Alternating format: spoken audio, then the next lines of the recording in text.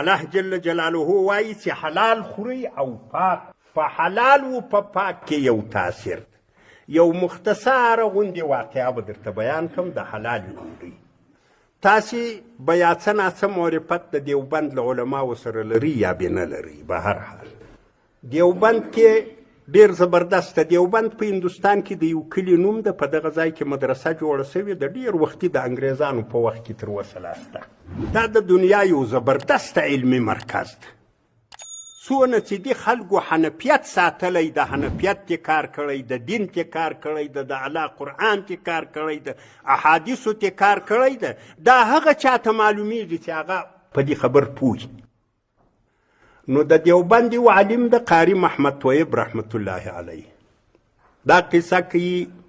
وایي ما ته خپلو اکابرو استادانو کیسه کوله چې زموږ په دې مدرسه کې یو خدمتګار و، په هر نامه چې و د عبدالله په نامه و که څنګه و. دا سبق خو یې ډېر نه و ویلی، خو ډېر دینداره پرهیزګاره سړی و. ده به وایي واښه کول، دا واښه بې راوړو بیا بې پر خلکو خرڅول د خلکو د حیواناتو دپاره.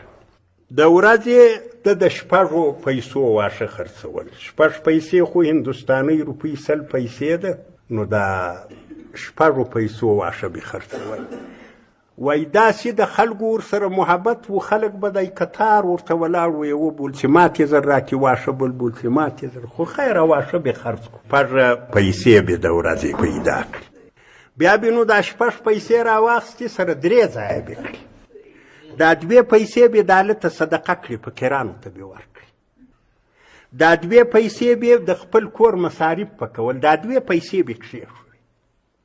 بس تک کال د خپل کار 2 پیسې شوې چې کله به کار پرسی هغه خپله ذخیره پیسې به راواخستې، بیا به د دیوبند استادانو ته ډوډۍ پکول، هغه به میلمانه کول.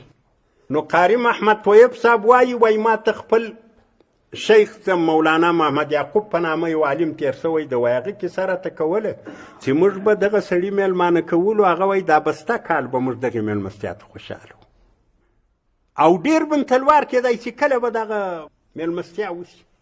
وایي کله چې به وخت راغی دې سړي به موږ ته میلمستیا وکړه، د ده ډوډۍ به م وخوړه. تر 40 ورځو پورې زموږ په زړه کې یو قسم خاص نور پیدا کېدی. داسې نور پیدا کېدی چې موږ به عباداتو ته م ډېر راغب وو، او کم ګران مسائل چې په علمي لحاظ موږ مخ ته راتلو هغه به م الله په راکشف کول. یو خاص تاثیر د ډوډۍ درلودی. نو له دې وجې به موږ بسته کال خوشحاله وو چې دغه سړي ډوډۍ موږ وخورو. 40 ورځې به بیا زموږ په زړه کې د الله لخوا یو څراغ لګېږي.